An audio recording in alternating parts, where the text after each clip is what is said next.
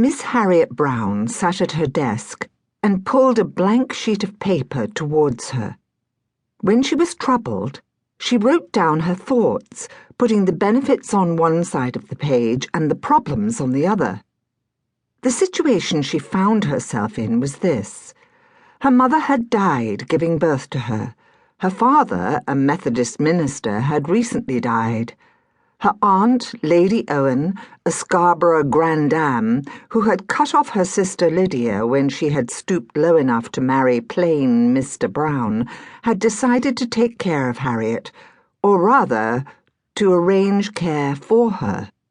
To that end, Harriet was being sent to London to live with two professional chaperones, the Tribble sisters. These sisters were to school her in the ways of society and find her a husband. On the plus side were the following facts. She, Harriet, had practically no money. The very house she was sitting in belonged to the church and would fall into the hands of the new minister due to arrive the following week. Marriage was the only future open to her.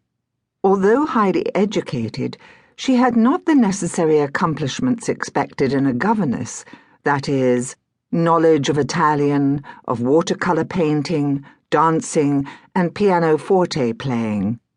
Therefore, she should be grateful to her aunt for giving her this opportunity and supplying her with a modest dowry.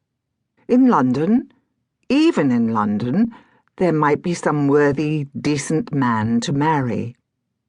On the problem side lay the Tribble sisters.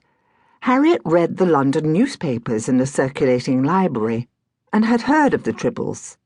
They were remarkably successful in finding husbands for problem girls. Harriet had been designated a problem by her aunt because she lacked refinement, and at 25 had considerable experience of good works and none of the ballroom or saloon. Amy and Effy Tribble seemed a shocking pair, however successful they might be.